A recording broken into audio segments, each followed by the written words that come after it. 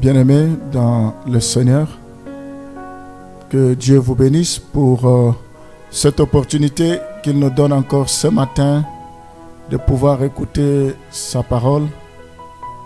Ce n'est pas par habitude que nous nous levons le matin, mais c'est par la grâce de Dieu parce que nous pouvons aller dormir, mais sans pour autant nous réveiller. C'est une grâce, nous devons en être reconnaissants et nous voulons bénir le Seigneur parce que nous savons que tout don parfait vient d'en haut, vient de lui auprès de qui il n'y a ni changement ni variation d'ombre. Nous allons lui rendre gloire pour cette matinée, pour cette journée. Prions. Nous te bénissons, nous te rendons gloire parce que tes bontés ne sont jamais à leur terme, mais tu les renouvelles chaque matin. Je te bénis pour ton amour infini. Tu as accepté de venir mourir sur la croix pour nous, pour que nous ayons la vie et cela en abondance. Je te bénis parce que c'est toi qui donnes du sens à notre vie. À chaque jour suffit sa peine. Merci pour cette belle journée qui a commencé. Je te recommande cette journée, qu'elle soit une journée d'allégresse, une journée de joie, que le bonheur et la grâce nous accompagnent. Seigneur, je te recommande ce programme, cette exhortation de tous les matins, que tu puisses nous visiter. Je demande une onction spéciale, une onction particulière. Je prie pour que tu puisses nous visiter, nous parler, que tu puisses nous fortifier ce matin. Nous voulons que tu puisses nous canaliser, nous orienter par ta parole. Sois béni, nous avons besoin de ton rhéma. Ce matin, la lettre tue, mais l'esprit vivifie. Merci Seigneur parce que nous avons soif de te connaître. Nous avons soif de t'entendre. Nous sommes prêts, parle-nous. La foi vient de ce qu'on entend. Ce qu'on entend vient de la parole de Dieu. Merci Seigneur pour ta gloire au nom de Jésus. Nous voulons que tu croisses et que nous puissions diminuer. Nous t'avons ainsi prié. Amen. On va parler aussi de l'homme et la tentation. Toute tentation ne procède pas directement de Satan.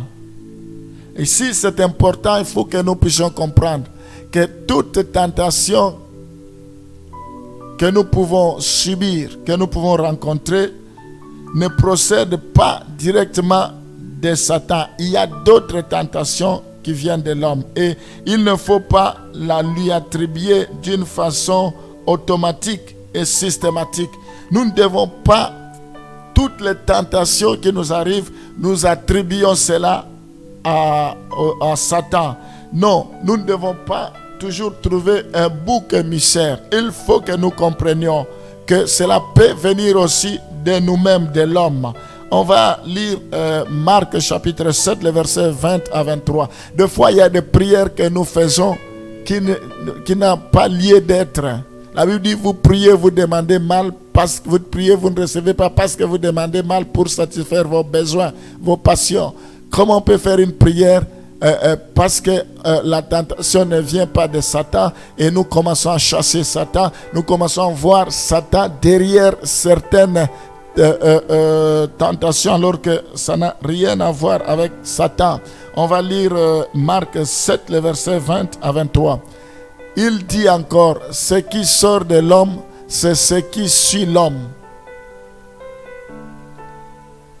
Car c'est du dedans, c'est du cœur des hommes que sortent les mauvaises pensées, les adultères, les impudicités, le meurtre, le vol, la cupidité, les méchancetés, la fraude, le dérèglement, les regards envieux, la calomnie, l'orgueil, la folie. Toutes ces choses mauvaises sortent du dedans et suivent l'homme. Ici, nous voyons que c'est l'homme lui-même qui est à la base de sa tentation. Parce que si on trouve en lui l'envie, le mensonge, l'orgueil, toutes ces choses que nous avons vues, la Bible dit, ce n'est pas ce qui entre qui suit l'homme, mais c'est ce qui sort du dedans. Si ton cœur, la Bible dit, garde ton cœur plus que toute autre chose. Si son cœur est plein de rancœur, plein de mépris, de colère, de haine, d'envie, mais tu ne peux que attirer le foudre sur toi-même. Et l'ennemi va agir parce qu'il trouve en lui, en toi, sa proie. Il trouve en lui, en toi, ce qui lui appartient. Donc, ce passage nous dit clairement, nous montre que toute tentation ne procède pas directement de Satan.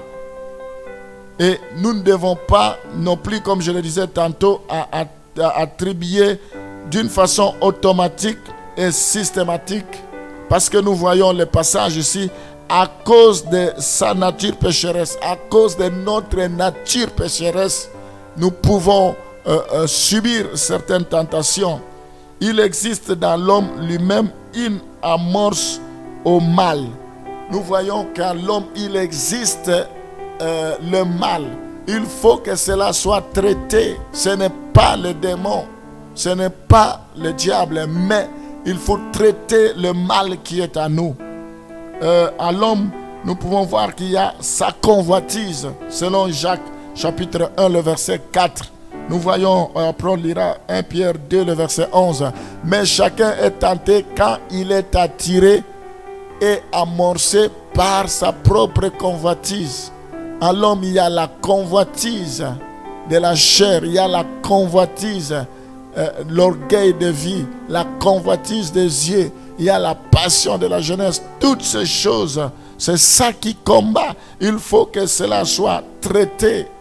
Nous ne devons pas systématiquement tout voir le diable derrière cela. Non, il faut que nous puissions aller devant le trône de Dieu. La Bible dit, nous avons un avocat auprès du Père. Nous devons aller plaider, implorer sa miséricorde, quel que soit le péché. Même si nos péchés sont devenus noirs comme la cramoisie, il va rendre cela plus blanc comme la neige.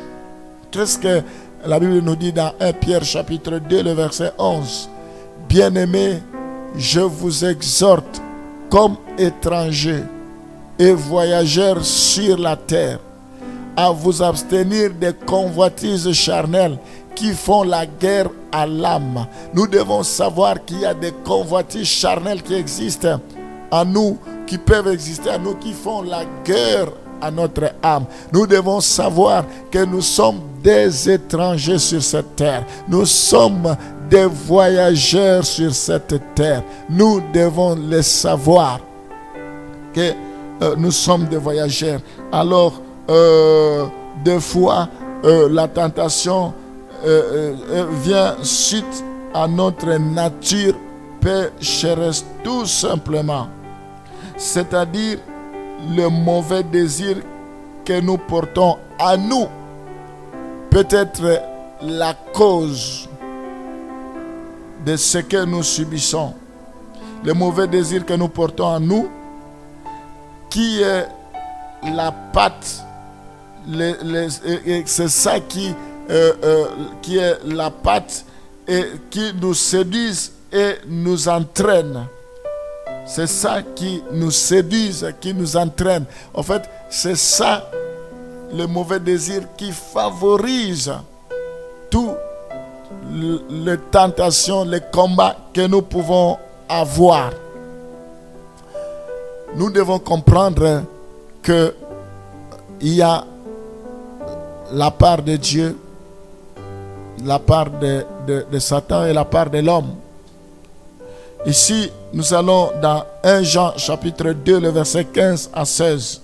Mais ici, nous avons vu quelle est la part de l'homme. C'est quand nous laissons place dans nos cœurs à toutes ces choses, la colère, la haine, et cela peut nous amener la tentation, ainsi de suite.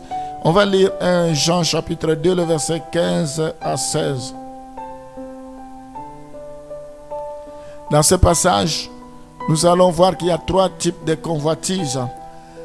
N'aimez point le monde, ni les choses qui sont dans le monde. Si quelqu'un aime le monde, l'amour du Père n'est point en lui. Car tout ce qui est dans le monde, la convoitise de la chair, la convoitise des yeux et l'orgueil de la vie ne viennent point du Père, mais vient du monde. Nous voyons ici, il y a en évidence 3 types de convoitises que nous devons faire attention, qui peuvent à la base de notre tentation. Il y a premièrement la convoitise de la chair. Quand on parle de la convoitise de la chair, il s'agit des désirs mauvais de la nature humaine. Donc il y a la convoitise de la chair. Il s'agit des désirs mauvais de la nature humaine. J'aimerais vous donner quelques versets bibliques pour que vous compreniez les désirs, la convoitise de la chair, et je reviendrai après pour vous parler de 2 autres convoitises. Donc ici, j'aimerais m'attarder un peu sur la convoitise de la chair. On va lire Romains chapitre 7, le verset 21 à 23. Je trouve donc en moi cette loi: quand je veux faire le bien, le mal est attaché à moi. Car je prends plaisir à la loi de Dieu selon l'homme intérieur. Mais je vois dans mes membres une autre loi qui lutte contre la loi de mon entendement et qui me rend captif de la loi du péché qui est dans mes membres. Nous voyons ici dans d'autres textes, Paul dit: le bien que je sais faire, je ne le fais pas. Mais le mal que j'évite, c'est ce qui m'arrive. Misérable que je suis, qui me délivrera? Donc il y avait une lutte, il y avait la convoitise de la chair d'un côté et il y avait la volonté de servir Dieu. Il y a des personnes qui sont dans cette ambiguïté, dans cette situation. Il y a cette force qui les tire vers le bas, mais il y a aussi la présence de Dieu qui veut qu'ils puissent émerger. Donc si la convoitise de la chair est là, il faut que nous puissions détruire cela, et nous ne pouvons pas en aucun cas attribuer cela à Dieu, que c'est Dieu qui nous tente. On peut lire également Galates chapitre 5, le verset 16 à 17 pour comprendre cela, avant que je vous donne l'exemple d'une personne, voire même 2 personnes. Je dis donc, marchez selon l'esprit et vous n'accomplirez pas les désirs de la chair. Car la chair a des désirs contraires à ceux de l'esprit, et l'esprit en a des contraires à ceux de la chair. Ils sont opposés entre eux, afin que vous ne fassiez point ce que vous voudriez. Donc ici, la Bible parle clairement des œuvres de la chair. Et les œuvres de la chair sont toujours en opposé sont des désirs contraires à ceux de l'esprit. Donc il y a cette lutte-là. C'est pourquoi nous devons mater, nous devons dominer. La Bible dit: ne marchez pas selon la chair, mais marchez selon l'esprit. Nous devons demander la plénitude du Saint-Esprit continuellement. Nous allons prier. Nous avons vu que la tentation aussi peut venir de nos passions, la convoitise des yeux, l'orgueil de vie, la convoitise de la chair. Nous avons vu que c'est de l'abondance du cœur. Ce n'est pas ce qui entre qui est sur l'homme, mais c'est ce qui sort. Éternel Dieu Tout-Puissant, souvent nous avons tendance à attribuer les épreuves à Satan automatiquement, alors qu'il n'en est pour rien. C'est la convoitise de la chair qui est à nous. C'est la convoitise des yeux. C'est l'orgueil de vie. C'est ce qui entre qui est sur l'homme, ce n'est pas ce qui sort.